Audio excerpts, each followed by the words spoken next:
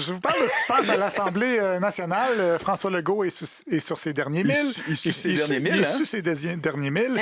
Il fait son dernier conseil. Il a fait son dernier conseil des ministres hier. Il est arrivé, bon Dieu. Bon, je vais y arriver si vous arrêtez de m'interrompre. Ça a changé beaucoup, hein? Hey, coudonc, on est-tu à la soirée? T'es encore jeune, je veux dire.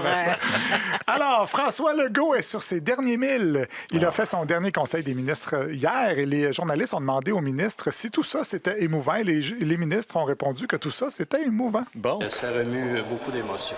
C'est toujours des moments d'émotion. C'était émotif, évidemment. C'est une journée émotive. C'était un événement émotif. D'abord, c'était très, très émouvant. Là. C'est émotif? Oui. C'est émouvant? Oui, c'est des moments émouvants. Autre moment émouvant. Fait que chacun des moments est un moment émouvant. C'est un petit peu émotif pour le moment. Ouais, On dirait qu'il pleure le dernier quand même. Oui, il y avait les larmes aux yeux aujourd'hui aussi. Là, en ce moment, là, il a fait un discours, François Legault. Les gens sont tristes de son départ. Donc, chaque moment émouvant est émouvant pour le moment. Nous voilà mieux informés. Monsieur Legault était doublement ému puisque son ami Lionel Carman était de retour au bercail de la CAQ. Très content que mon ami Lionel revienne à la maison. Je suis très heureux que notre aventure à la CAQ se termine comme elle a commencé, ensemble. Pourquoi maintenant? Pourquoi maintenant, M. Il n'y a toujours pas d'entente avec les spécialistes. On va pas prendre de questions. On va pas prendre de questions. On va pas prendre. de questions. On dirait qu'il y a 8 ans, Lionel, hein? Oui, ils sont cute. Donc, pas de questions. Est-ce que ça vous touche? Pas de questions. Est-ce que ça vous touche? Pas de questions. Est-ce que ça vous touche? Oui, ça me touche. Les journalistes ont la même stratégie que mes enfants quand ils veulent que je leur fasse un virement Interact pour acheter un muffin à la cafétéria de l'école. Dis oui, non, dis oui, non, dis oui, non, OK. Un muffin? Un muffin, oui, les franchement, salads qui sont délicieux. J'aurais passé une console. Les muffins sont Vous délicieux. négociez pour leur payer un muffin ou pas? Ben non, c'est de la fiction, là. Tout Tout ça pour ça. Un autre qui est super content du retour de Lionel Carman, c'est Bernard Drinville. Lionel Carman, de retour au caucus. Il n'y a pas de fleurs. Ben, écoutez, c'est une bonne nouvelle, j'imagine. Je l'aime beaucoup, Lionel, mais Il vous a pas choisi. Non, mais c'est pas grave, ça. Mais je suis content. Je suis content que Lionel revienne. C'est un membre qui est apprécié, tout ça. Vous avez l'air de bouder votre plaisir en ce moment. Non, je suis content. Je suis content. J'ai jamais vu quelqu'un d'aussi content.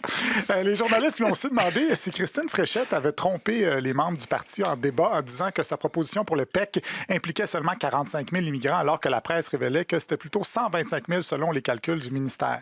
Est-ce qu'elle a trompé les membres? Elle n'a pas donné l'information exacte. Quand on a une information qu'on donne une autre information, ça s'appelle comment? Est-ce que ça s'appelle mentir aux gens? Voyons.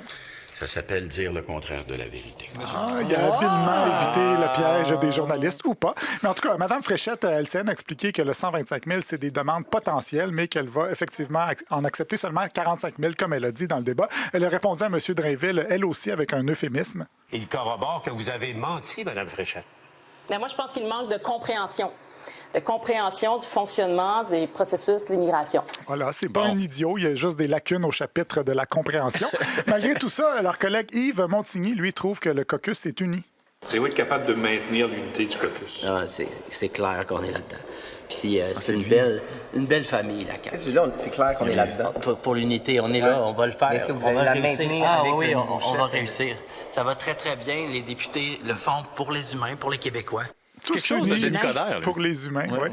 Ben, c'est ça, c'est exactement ce qu'on dit les gens. Puis on a dit que vous alliez sûrement commenter son apparence, comme le comparer à quelqu'un. Vous avez fait je suis ça en avec train tout de le monde. découvrir des gens, Non, mais moi. c'est le fun. Oui, mais je suis en train de... Il y avait les gens à la Meatloaf. radio, ils savent pas nécessairement à quoi il ressemble, ce monsieur-là. Fait imaginez-vous Denis Coderre avec les yeux dans l'eau.